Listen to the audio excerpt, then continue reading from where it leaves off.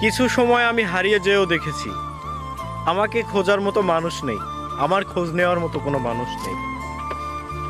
আসলে আমি কেমন আছি, কি অবস্থায় আছি, কেউ কখনো জানতে চায়নি।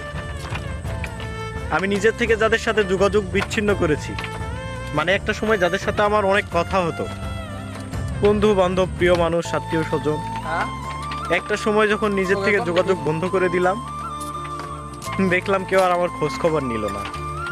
আসলে ভাই এটাই বাস্তব, আর এটা আপনাকে মেনে নিতেই হবে। আপনি কারো কাছে ততক্ষণ পর্যন্ত প্রিয় হবেন যতক্ষণ পর্যন্ত আপনাকে সে স্বার্থের জন্য ভালোবাসবে। স্বার্থ ছাড়া কেউ আপনাকে ভালোবাসবে না, আর স্বার্থ ছাড়া কেউ কারো পাশেও থাকে না। স্বার্থ যতক্ষণ, খোঁজ খবর নিবে ততক্ষণ।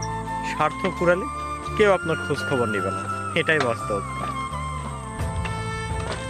কিছু সময় আমি হারিয়ে যেও দেখেছি, আমাকে খোঁজার মতো মানুষ নেই, আমার খোঁজ নেওয়ার মতো কোনো মানুষ নেই। আসলে আমি কেমন আছি, কি অবস্থায় আছি, কেউ কখনো জানতে চায়নি।